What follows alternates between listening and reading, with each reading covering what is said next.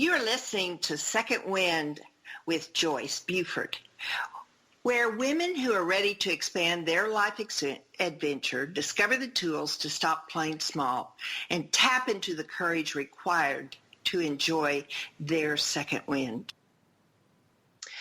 Good morning. Welcome. I am so glad that you all are here today. It's been a really kind of a rough ride, or an unusual ride, let me say.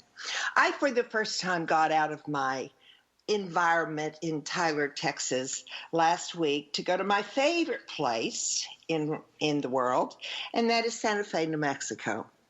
It was so interesting, the transitions that I went through on that journey. I chose to drive instead of fly because, I have more freedom that way, but it's a long drive, 13 hours. So anyway, once I got there, I was surprised at the silence in the city as we're all experiencing the new silences that are in our new environments. And it took me back. I somehow I wanted to return to the normal, the bustle and the music and the entire environment of Santa Fe, which is such a spiritual place for me. And so it was a learning and sort of a re-entering that we all are going through and finding a new normal. Will we return to the old normal? I don't know. Does anybody know? But anyway, it was a learning experience that I took to heart. The body and the friendships were still there in full spirit. And so perhaps that is the best of the old normal that we have to live with today. So anyway, I wanted to share that with you because there's a lot more I could share. You only eat outside in the open. You do not eat in any restaurants in Santa Fe. And of course, all of the music has gone silent for the rest of the year. So, hurts my heart, but that is where we are.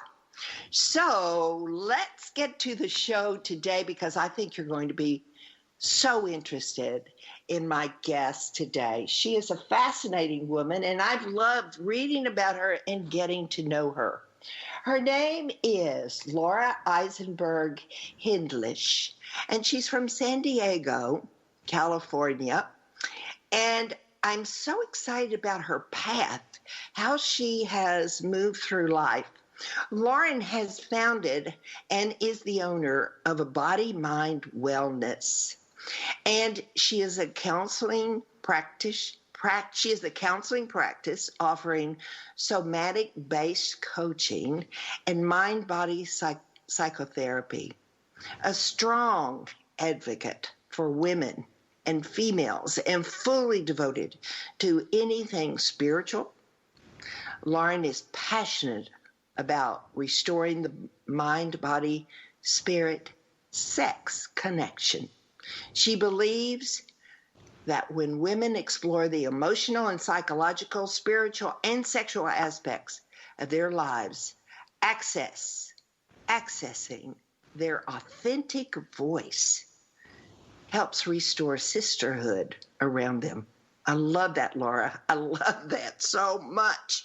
We're needing that so much in our environments these days.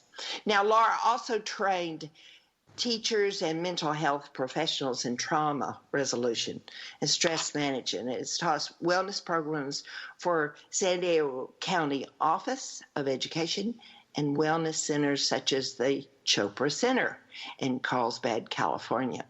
So welcome, Laura. I don't know where to start. I'm so excited about what part of this story we're going to enjoy today.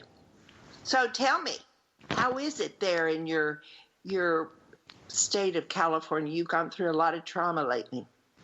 Yeah, well, I actually am not from San Diego. I'm from New York, and I spent 15 years in San Diego, and then I moved to Los Angeles when I met my husband. So I've been in Los Angeles the past year, but I was in 15 years in San Diego, and before that, 26 years in New York. So I'm definitely... Wow. have experienced both coasts. I feel like I'm balanced in terms of my personality because of the cultural influences of living in both coasts. And the fires, they're more in Northern California. We haven't been affected the air quality, although there were some fires here actually a little bit further east that affected the air quality out there. So we didn't travel east, but the pandemic, I would say we're just most impacted by that. And then also, just what's going on in the world in terms of the racism and the whole divide in that area. So.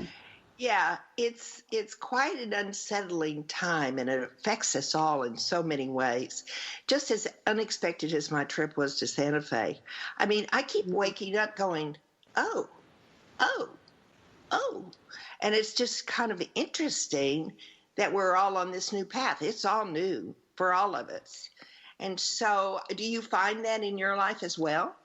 Absolutely. And doing, in session when I'm either offering coaching or psychotherapy, what I find is it's an interesting situation to be going through we're all going through the same thing. So if a client comes and they're struggling with the pandemic, it's interesting to also be experiencing what they're experiencing, maybe in a different way, depending on what their life situation is. But there's a sense of empathy, right, that I can really tap into because I'm experiencing what they're experiencing, but again, probably in a different way, depending on what our situation is. So that, in a sense, that is like unifying in a sense, that there's an understanding of the struggle. And it's a new norm. And I've been trying to use the time for like a deeper reflection and what wants to emerge within me to share with the world. So I've been using it wisely, but it's been challenging to first have given birth and then the pandemic right after. So I've been home since January. Oh, your baby is new. Oh yeah, I had a baby at 43. Awesome. Yeah. So in January, new baby. So she's 7.5 months. Oh, that's so precious. Precious. Okay, what day in January? January 26th. I'm 31st. Oh, wow. Is she an Aquarius? Oh. Yeah. Yes? Yeah. Oh, good. Hang on, lady. That's what I've You'll read. love it. You'll love it. Yes. I'm like, oh, gosh. Okay. Yeah, she's strong-willed. Like, she knows what she wants, and she goes for it. Oh. The neatest thing is that you, with your background and your knowledge, you will allow her to keep that. Exactly. That is awesome. Exactly. I love that you just shared that because that's, there's something that I am cognizant of because of my background is the stepping back and like what you said, allowing versus that codependency of trying to fix or change, or maybe she should have tried it like that, or even though she's a baby, I can watch those subtle tendencies, and then I keep bringing it back to come back to myself, come back to my body, come back to my own journey as the soul came through me. That's it. Yeah. So, yeah. It's pretty awesome. Oh, I'm just so excited for you because, having a child and having the knowledge that you have is just. I mean, you're just going to explode with excitement. I'm sorry, didn't have that with my children because I didn't have your background at that time. And so I just think that's awesome. What a wonderful future you have going for you. But, I always like to have people that come on to share their transition. What set them on the road? What called you to be a therapist? Because that's, of course, where you started, right? Or not? You started by life experiences, but...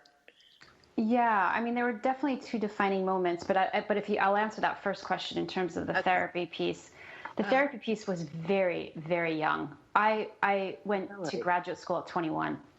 So I didn't leave myself time to really explore. It was I had studied in Spain my junior year of college, and I was a business major, and more from a superficial perspective, I wanted to make money, and I thought majoring in business was the answer.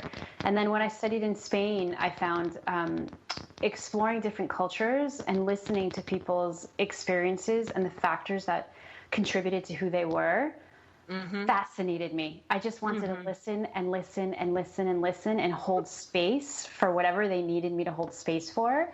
So when I came back my senior year of college, I ended up majoring in psychology, which I always had a interest in my own behavior and human behavior and connecting. And then I minored in Spanish and business, and immediately went to grad school. And that, I think, was based off wanting to be independent. My mom worked a lot and felt she was more dependent on my dad, and I wanted to be independent. So I went to grad school right away for psychological counseling. Later on, I had the big moments. That was more of like a habitual thing. Like, okay, now I should go to grad school so I can be independent. But there wasn't, I guess the experience in Spain was realizing what I want to do. What was the attraction to go to Spain to study? Well, I always loved languages, and I was studying Spanish. And I also grew up in a neighborhood in New York that was a combination of, it was Puerto Rican, Dominican, and Haitian and Irish. And I was always drawn to, like music and dance and that passionate kind of energy. And I was a dancer too. That was something I loved. So I always loved the language and the cultural values of Latinx culture. And so I went to Spain and I studied a little flamenco, and I studied women's history, and I was only 19. So it was like women's history, flamenco, and like other colloquial language, other things, and had a blast and ended up going back again a few years later. There's something awesome about Spain, and just I have been able to go there, and so anyway, it was just a party being there, just a party. Completely. Such a fun country, and everybody celebrates. I mean, it's just absolutely fabulous. Well, that right there shows me you're a very strong woman that would go to Spain out of just strictly passion to experience dance. And you do still dance, do you not? Yeah, I feel like dance, I definitely had faced some challenges and traumas and intergenerational trauma, and dance has saved me over and over and over again. And it's allowed me to be in my body when it wasn't comfortable to be in my body, whether it was like a traumatic or stressful experience or whatever I was going through. It allowed me to really enjoy being in my body. And I think as a woman, that's really important. So it allowed me to come back in a pleasurable way. And I always studied dances from different countries, so I can really feel like what it feels like to feel the sacred feminine in that dance, in that culture. So I have like a few dances that I'm pretty committed to right now, even virtually. I take virtual classes. You can dance around the room, can't you? Yeah, I get some exercise. Sure, and I dance, and it's more a spiritual experience for me, and an embodiment of the sacred feminine too. Yeah. Now, you do this basically for your own pleasure. Do you perform as well or not? I did a few years ago. It was more like women's empowerment. It was like burlesque-ish. And that was more for my own unleashing of my feminine and sensual expression. It was not it was part of my growth as a woman. Yes. And I did that, and I think I performed hip hop, just these energies, these stronger energies and softer energies of my feminine expression.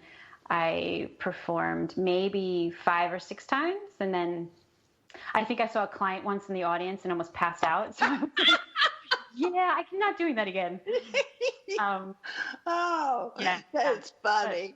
Yeah, it was actually funny because we had ended, but it was. I went to the bathroom and I saw her, and we had ended, terminated services maybe a year prior, but it was still like, I was like, I can't believe that just happened. I love that. It's so important and I think women particularly I see this in my environment as I experienced it as well. I particularly love music. I love singing and being part of a choral arrangement. I do not have the solo power in me, but I love the singing part. And I think, and it went quiet while I was raising my children and being the wife, which I am now a divorced woman.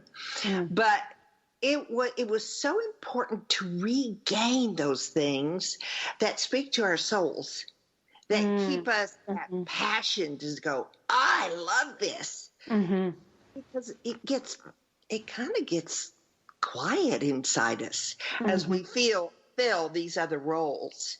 And so is this one of the things that you're always trying to help women as they go through their development, go through their recovery, or how do you address your work with women one-on-one and in groups as therapy or as growth, or how do you phrase this for women that are transitioning? I just want to clarify, how do I explain to women what I do? Is that the question? Yeah. Yeah. So that's a good question. Usually women come to me, or girls, or just women, female identified bodies. I guess I would say, I guess now that would be a better way to describe female identified bodies, is that when there's a trauma or a stressor or something that tells us that we need to have support to work through a challenging experience, there's usually a body, mind, spirit split. Like there's some kind of separation that happens. And I think that there's, cultural and social and familial influences, and then the, intergenerational traumas that happen. And I basically help to bring back or integrate the body, mind, spirit split. So how to heal whatever wounding there is, again, from family or from culture or from society of not enoughness, right? To help look at that, heal that, so they can feel more connected to their spiritual life, their emotions, their, psychological well-being, and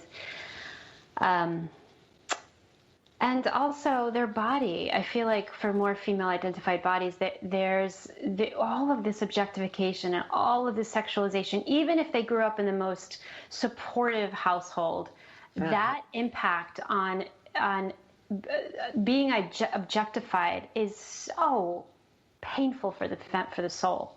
Yes. So there's also this opportunity to really inhabit the body in a pleasurable way and defy, the ageism, it's so difficult for me, as when they're young and they're treated as if they don't know anything, and then as they age, they're treated again as if they're valued, devalued. And I really believe that when women age, there's so much wisdom. I mean, before 40, I wasn't really ready to partner, and I was still exploring myself as a woman, and I wasn't ready to be a mom. I just wasn't, that wasn't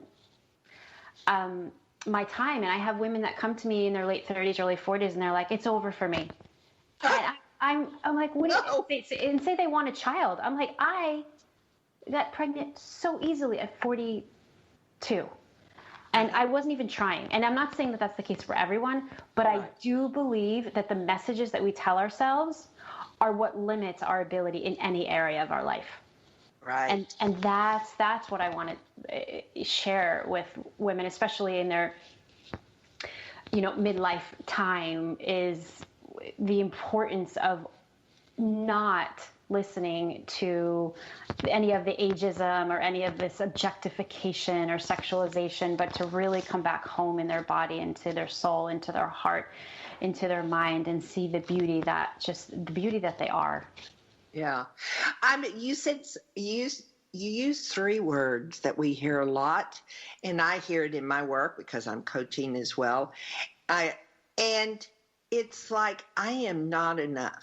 I'm not enough. And it takes us so long to get into discovering that is the question we're asking ourselves. It's what we stand up in front of somebody and we go, I don't like this, but we don't know why. we just say, oh, I don't like this. I want to go hide. Yeah. And so the words I am enough seems to cover so many of our needs. So how do you take a client that comes in and says, life's just not working for me, and take her to that question? Is that always the question? I've got several questions going on here. I'm sorry, Laura. That's okay. But I know you can cipher it out. Yeah. But I just, I work with the older lady, the woman that's on the other side of like 50. And so, but I think it's so prevalent in all ages. I've got 50-year-olds that are still going, I'm not enough. Yeah. So how do you work with that client so early and help her through that discovery? Yeah. So I do, and I'm thinking about my client, my age range, and it's from like 19 into 50. Most are probably in their 30s or 40s, but I do have a few in their 20s.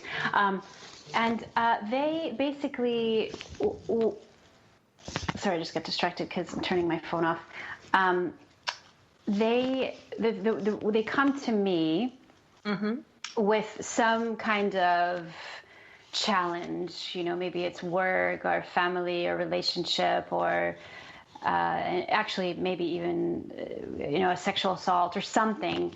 And what we usually find is, like I said, there's those 3 layers that I always look at: the cultural societal piece, and the familial piece, what happened in the family, and then the ancestral piece, or what I think of as the mother wound, that because there's been so much, the patriarchy, what's been passed down from mother to daughter is I'm not enough, and the sense of the way that I look is what's most important to me, and my value is based on the way that I look, and not the value of my heart, my mind, my soul.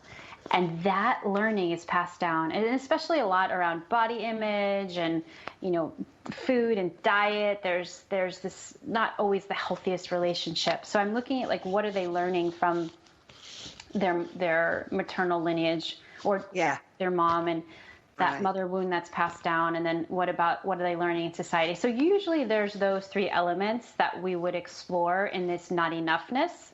And then, developmental trauma also plays in, of how did you attach to your parents? Were they available? Was there substance abuse?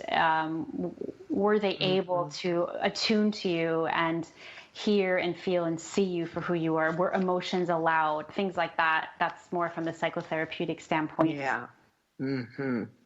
Yeah, it's so interesting because I am enough is something we can hide for most of our lives outside of acting it out in our life, right?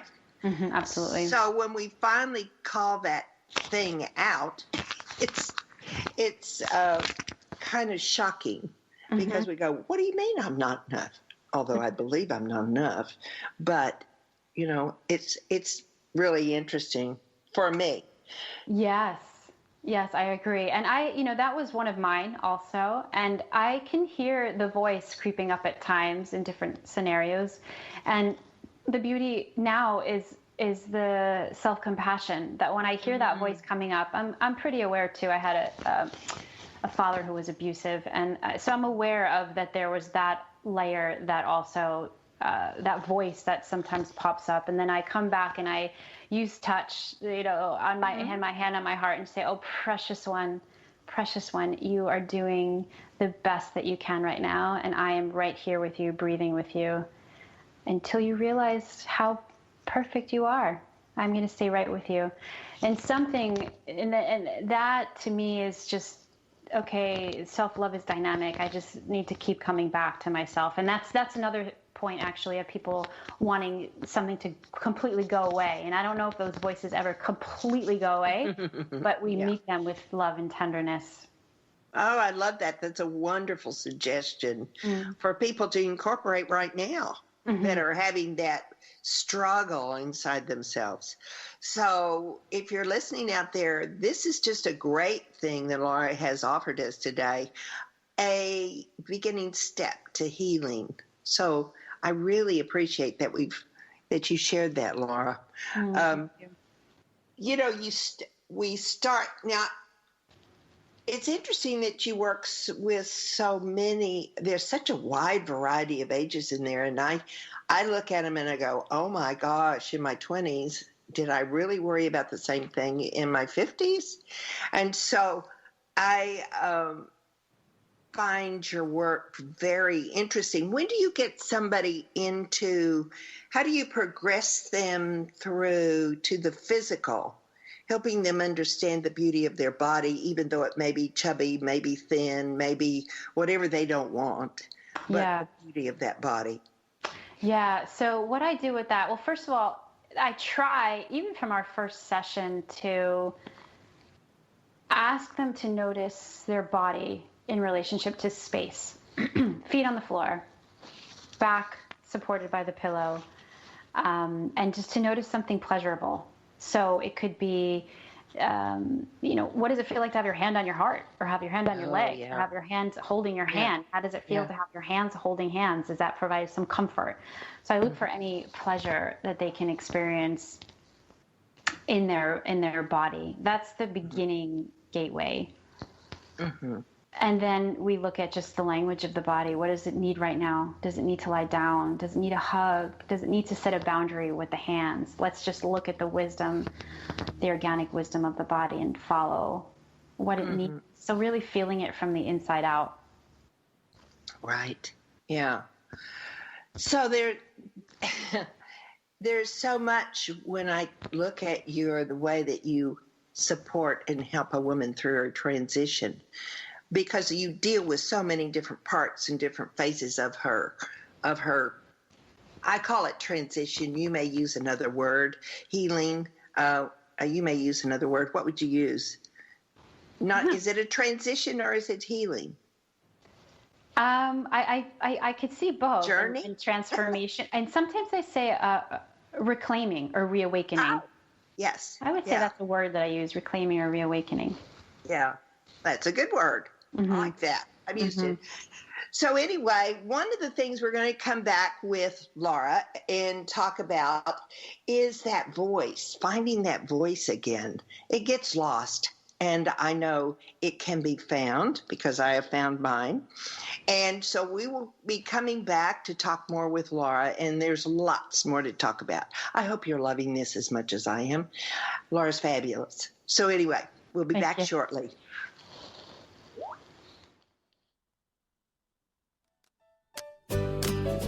Transformational coach, motivational speaker, and author Joyce Buford returns after this short break.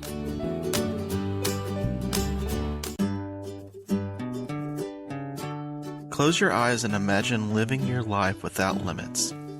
Where would you go? Who would you meet? What would you do? During an Uncover Your Hidden Genius session, you will discover what's keeping you from living your life with purpose, passion, and fulfillment of your potential. You'll get a clear vision of the steps you need to take to uncover your hidden genius so that you can live a life without limits.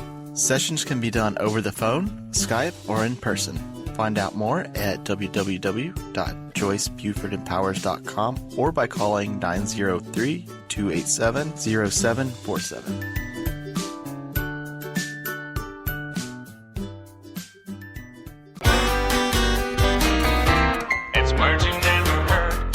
Does music give us chills? Goosebumps, or the medical term horripilation, occurs while listening to music. That's because music stimulates a reward pathway in the brain, encouraging dopamine to flood the striatum, a part of the forebrain activated by addiction, reward, and motivation. Melomaniacs or passionate music lovers can get the chills from songs they are familiar with as they anticipate that long-awaited chord at the climax of the piece. Music, it seems, affects our brains the same way that chocolate, gambling, and potato chips do. I think I may need to stick to chocolate and potato chips because I tried piano lessons and I felt like a goostum noodle. What's a word for a person who dislikes practicing the piano? a mesodactycletus. It's words you never heard. I'm Carolyn Davidson, and you can have fun challenging your words you never heard vocabulary with my free app, Too Funny for Words. Welcome back to this segment of Second Wind. Joyce Buford, the author of Effortless Happiness, continues in this segment to share insights that will help you live a life of greater purpose and filled with happiness. Now here's our host, author and coach, Joyce Buford. Welcome back. We are having a fabulous, fabulous discussion today with Laura Eisenberg Hindlish, and she is now living in California. We had some clarification there. I was all over the place. But anyway, Laura and I have really had a great conversation about so many things today. But, you know, getting to where we make the decision that this is a important part of ourselves that has caused us to take a different path. It's what I call the defining moment. And every one of us have defining moments because we shift our direction from one way to another, from one direction to another. It may be so subtle or it may be absolutely life-changing, but we all have them. So Laura, if you referred to, we did very lightly, we explored one of the ways, but you had two experiences that sort of focused you and changed your life. So would you share the other one with us? Yeah, sure. And just to recap, the first one was in my mid-30s when I just felt disempowered, and I noticed that I was attracting men that were similar to my dad. And they weren't the ones that would really support my growth and healing, that I knew that could happen if I found the right person. So felt really disempowered and felt frustrated at the pattern of the men that I was attracting. And I had a dream that my maternal grandmother said, you need to just break free and follow this journey as a woman. And the next day I signed up for a program, and for the next year, for 8 years, studied women in finances and women in spirituality, women in sexuality, women embodiment. And, then it became a passion and a specialty of mine. Mm-hmm. So that was one, which was just the pain and the constant stress of being in relationships that were not life affirming. Mm-hmm. And the second moment was a health crisis, actually. I was 41 and casually dating someone that wasn't, quote unquote, my type. And then I got a call from a doctor, and it was a frightening call. It ended up being okay, but the doctor, they tend to scare you sometimes. Yes. And they scared the heck out of me. But what happened was, in that process, was that I ended up calling the man that I was dating to tell him, and something clicked inside of me. I actually was able to receive, and I think this is also a challenge for women sometimes, of receiving and knowing their worth. But I received, he was so kind, and he treated me like a queen, and I couldn't take that in because I was used to more of the, exciting, charming, more narcissistic kind of man, and he was the polar opposite of that. But when I had that diagnosis, I called him, and I remember hearing his voice, and I remember my heart blasted open. And I was receiving his words and the way that he cherished and honored me as a woman. And that just changed everything. And he later became my husband, and we have a baby now. And so, when women say it's not my type, or, my age, or whatever comes up that feels like an obstacle or barrier, I want to be the inspiration of them and just tell them that it's just about the art of receiving and letting their heart open to love and kindness. You said a lot there. I could identify with a lot of what you said. Having gone through the divorce process, I unfortunately married that person and had some good years and some not so. But eventually you have to make that decision, stay or go, and you have to take care of yourself. And so anyway, that is so important. I just can't imagine how I'm thinking of that young girl that, how did you identify, how did you break yourself? Was it just simply his tenderness, his kindness, his depth, or what was the thing that just spoke to your heart? Was it grandmother's vision? Oh, of being able to receive him and see him. Yes. Yeah, it was. It was.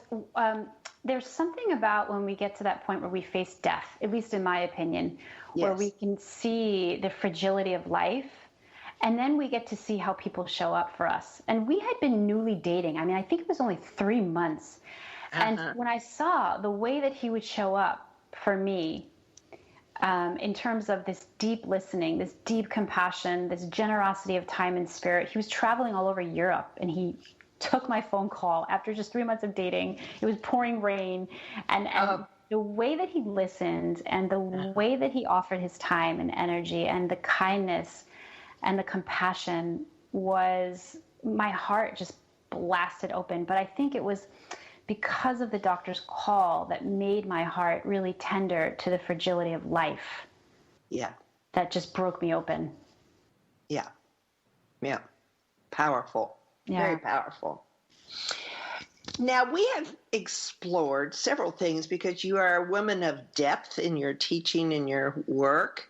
And so I'd like to go back and visit the importance of pleasure that somehow we eliminate many times in our lives, as crazy as that sounds. But could you tell us more about how important it is to find pleasure? Yeah, thank you for that question. And I think that, I can share from my own journey of experiencing various traumatic times in my life. And again, like I mentioned, this ancestral traumas too, that so there's a lot of adrenaline and cortisol, right? When you're in a lot of stress or trauma, right? Because I can say stress, because stress, chronic stress can mirror the physiology of trauma. So just the stress of being a woman, of walking down and being objectified or devalued, or the ageism, all of that we experience, that stress. It's almost like the pleasure chemicals, there's dopamine, serotonin, nitric oxide, which is an odorless gas that is just opens the blood vessels and lowers our blood pressure. We want these chemicals because they are like an antidote to the dopamine. I mean, to the adrenaline, the cortisol. We need them to have healthy cells, to be happy, to feel good in our body and our mind. And I think that actively seeking pleasure and sensual experiences helps us, number one, to come back into our body, to release all of these chemicals that are, especially like I mentioned, nitric oxide, which I learned a lot from Dr. Christian Northrup, the importance of that, which again, opening the blood vessels, and it's like a kind of experience. And it brings joy to have a bath, to experience a massage, to laugh, to have yummy fabrics on our skin.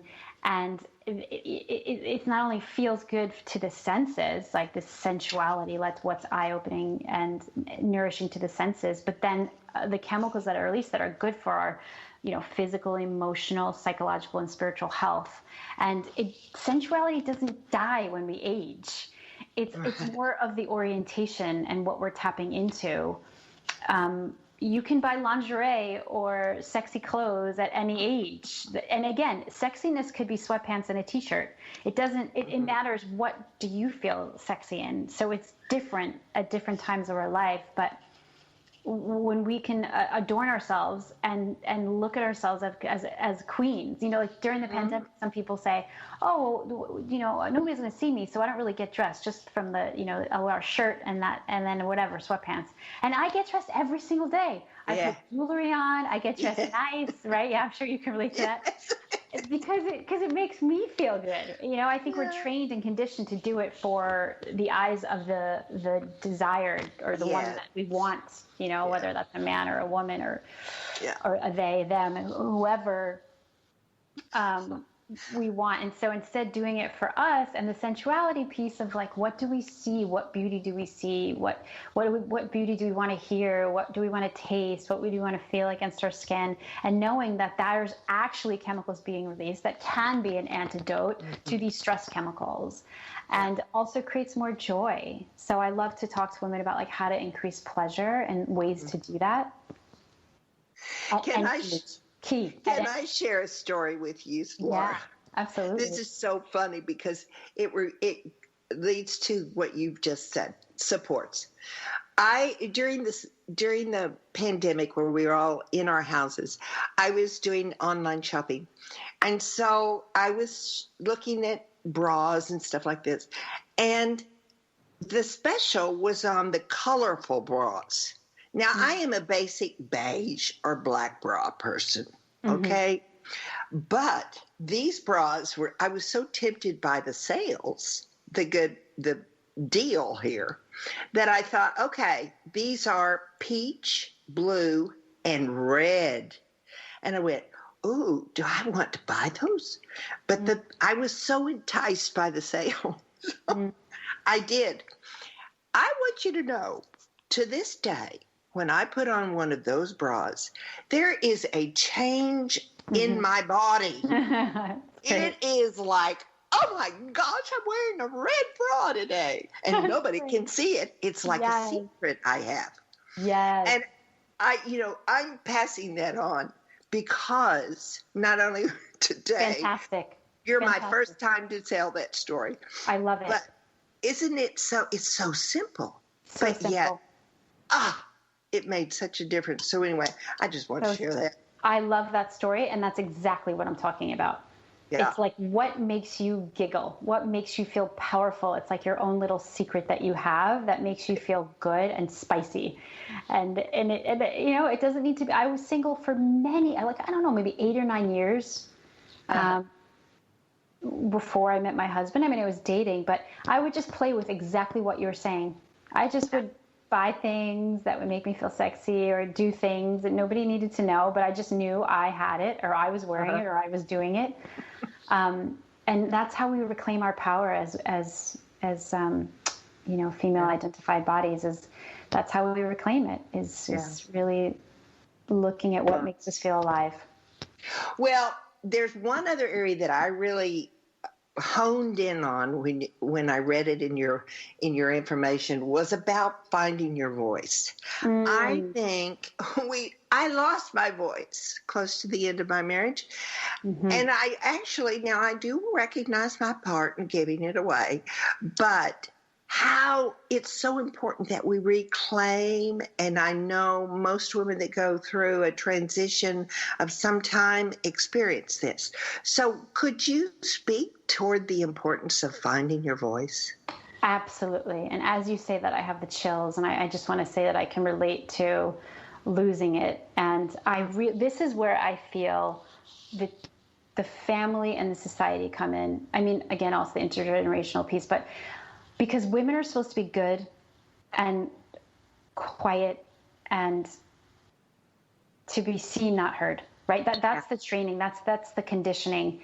And then there's also the trauma piece. So in trauma, unresolved trauma, we either, the survival responses are fight, flee, and freeze.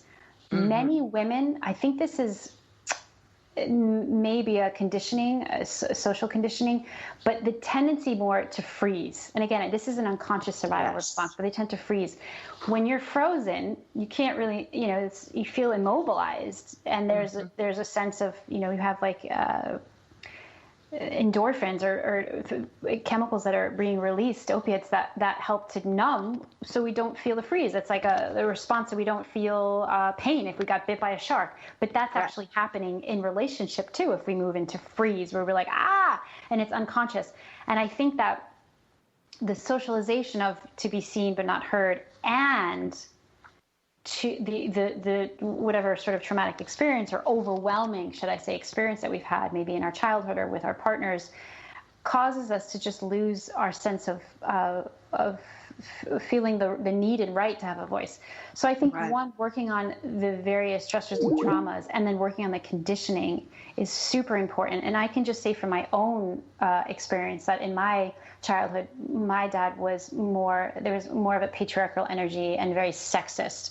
And so the women in the house or the females in the house didn't have a voice. He was very misogynistic and very always objectified women. And so for me, I grew up thinking that, I didn't have time to speak. And so now I use my voice, and I'm starting a group for women to really start to find their voice, because I think that's what's going to change the world. Yeah. Yeah. Get us out of that fear. I was so in fear. Wow. I don't know where it came from. Yes. Oh my gosh. Right. And moving into the body, that's where I have to work within the nervous system. We have to work with the fear in the nervous system to be able to mobilize and use our voice. Well, Laura, how do you work with your clients? I mean, have you joined the rest of this world? We all seem to be going on Zoom, but your work is more one-on-one or in groups, but person to person? Correct or not? Yeah. I facilitate 2 different groups, and one is about finding your voice, and one's a trauma group. But and then I do usually one-on-one virtual sessions with, coaching all over the world, but psychotherapy only in California. Oh, so you do coaching separately? Yes, they're 2 different programs, I would say. I have psychotherapy is just in the state of California, and then it's somatic-based coaching, like I had mentioned. So it's in feminine empowerment, embodiment, and body-based coaching. So you'll have to explain to me what somatic is. What does that mean? Somatic is just the body.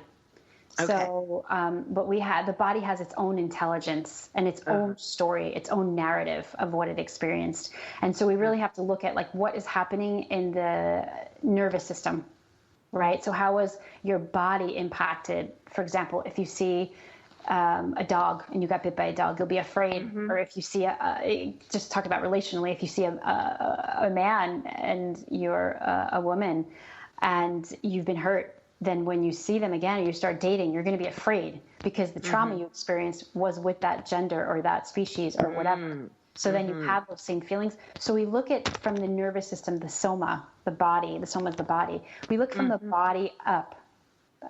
Let's see how we can change our internal experience of fear so that we can change how we see the situation.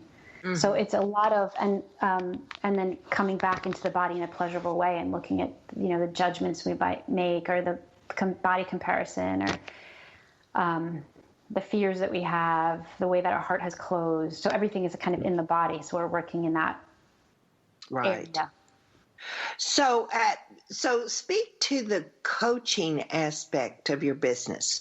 So how does that look on the internet? Is it on the internet? Yeah. So it's virtual. It's always over Zoom. And it's because I need to see people. And that's because I'm reading their body. I'm actually also watching what is the body communicating. The mind is communicating. What is the body communicating? And there's also the attachment piece. When you look in the eyes of another person and you can see their soul, you just see them. And there's some beauty about being witnessed and seen in that way. So, usually some people come with, there may be some particular stressor or trauma that they've experienced. They want to be coached back to their sense of power, right? Yeah. So there's their sense of purpose, their pleasure, their empowered self. And I use all of these body-based practices and sort of feminine sacred practices, rituals, connecting them with their own spirituality. Okay, so to go to your website to find out what you actually do offer, I'm thinking of the person like me that's distancing is in Texas and you're in California. How do I get more of you, Laura? So, and what you would do is, I have two websites, the coaching, which is I think maybe we can send this out or share it, but that's the My Body Mind Wellness. So it's Yes. MY, Body Mind Wellness. And then if it's in the state of California, then the psychotherapy, which is just LaraEisenberg.com. So it's LaraEisenberg.com. Mm-hmm. And and my email, which is sacredheal, SACREDHEAL @gmail.com. So, and I do have a group starting in October for women finding their voice.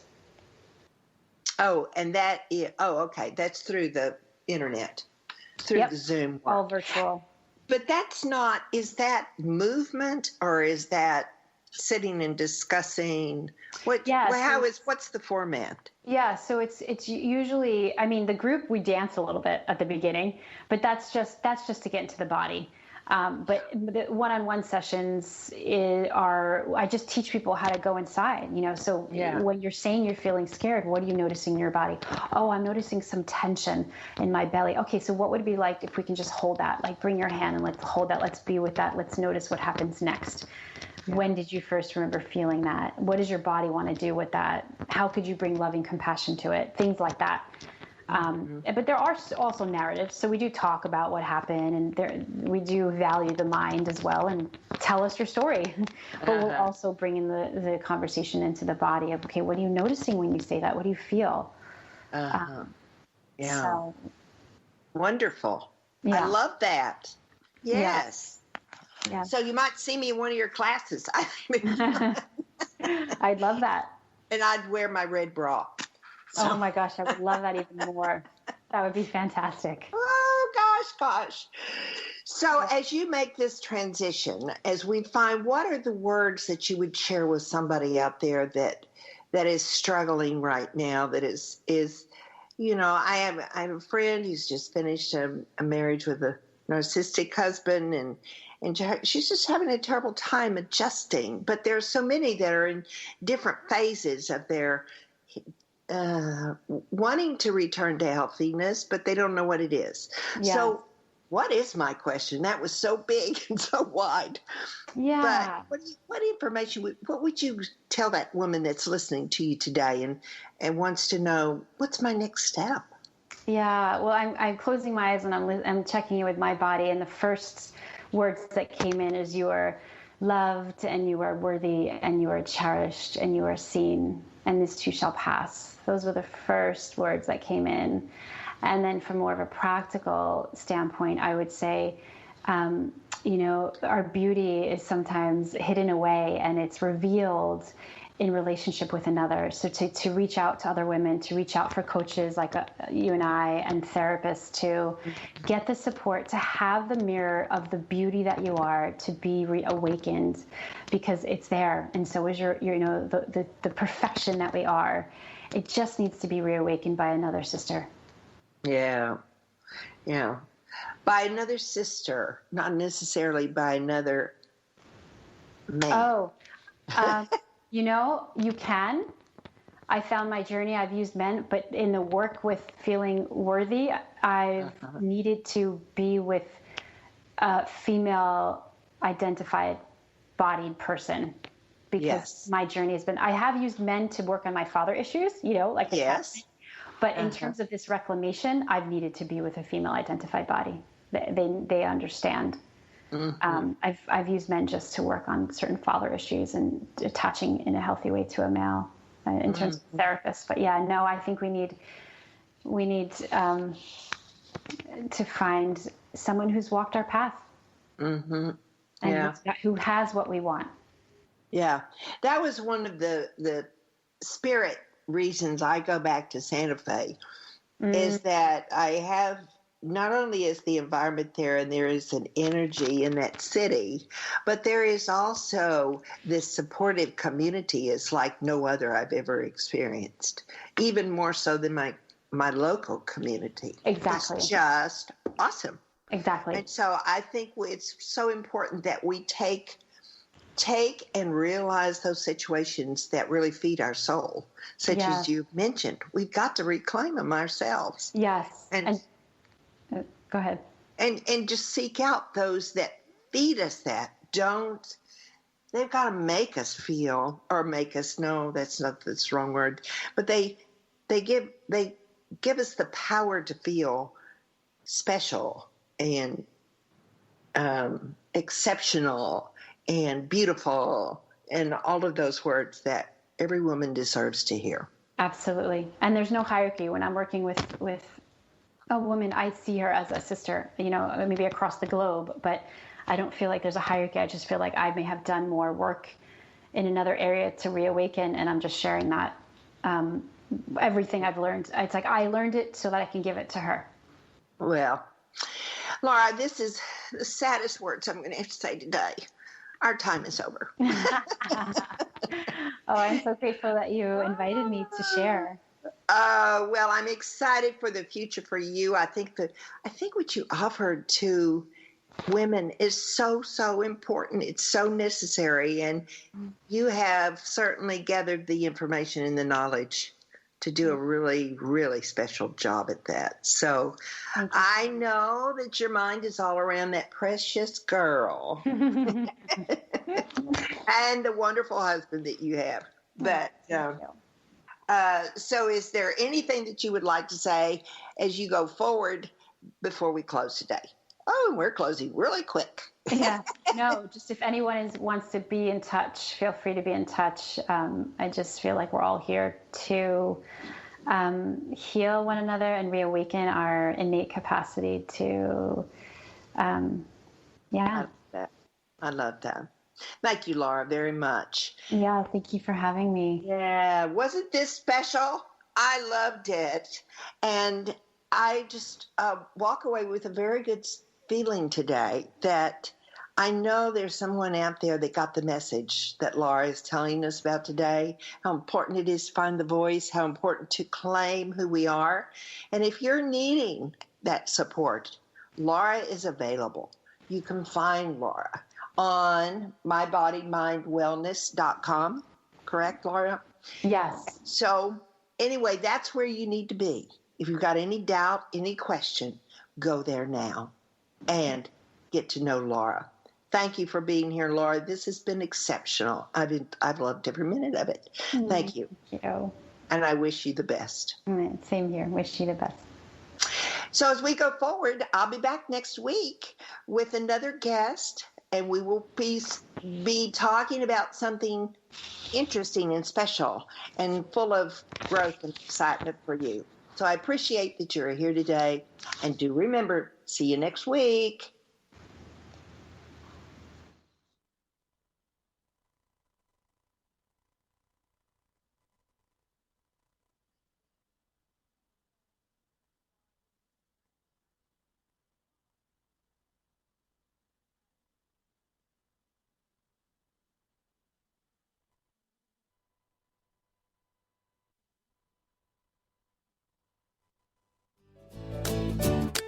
Joyce Buford returns next week at the same time for another edition of Second Wind.